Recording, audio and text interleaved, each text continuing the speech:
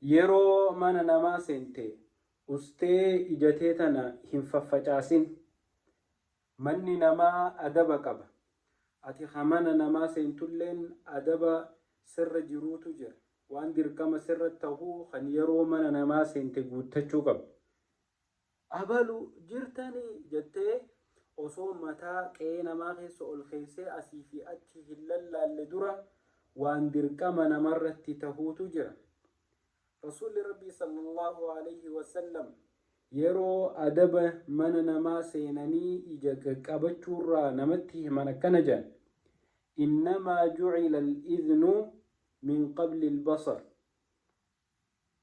hayyama gaafachuutu ija babaasuu dursaa. hayyamaatu ija babaasuu dura godhamee jira.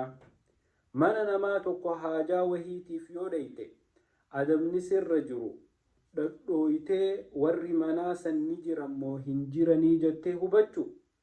sadii dhadhooytee si jalaa dubbachuu dinnaan wanti ati qe'ee namaa hulluuytee mataa keessee akkanatti hey gandana jirtuu hin dubbattaniisa eessa jirtan awwaadhaa kaa.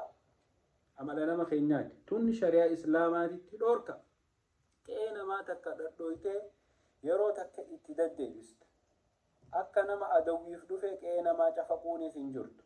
dhadhooyte suuta harka laafaadhaan warri manaa dhagayanii yoo si jalaa usanis dirqama sirraa banuun qaban.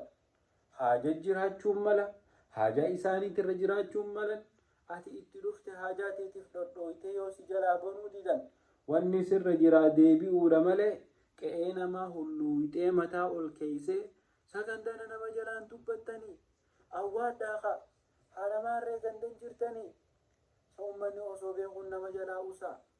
ilmi nama hulaa namaa tana dura dhaabbatee waa hedduu haasa'a hanga warri illee mana keessaa dhagee nama jajan takkatti. tanaaf obboleeyyan kiyya adaba yeroo mana namaa dhaqan qabaachuu qaban kan rasuuli rabbii sallallahu alayhi wasallam nu barsiisan irraa barachuu qabna.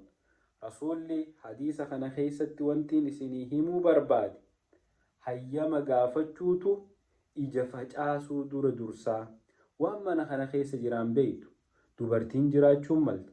namni mana ifii keessa akka barbaadetti ta'a. uffata firraa baasee ta'a. uffata qaqallaa uffata mana keessatti uffatanii jira. uffata alatti uffatanii jira. tanaaf obboleessa kiyya obboleettiitii osoo mana namaa keessa ija faffacaasne dura hayyama gaafadhaahi jaa rasuuli rabbii sallallahu alayhi wasallam. warra adabaan jiraatu rabbi nu haa godhu. wassalaamu alaykum.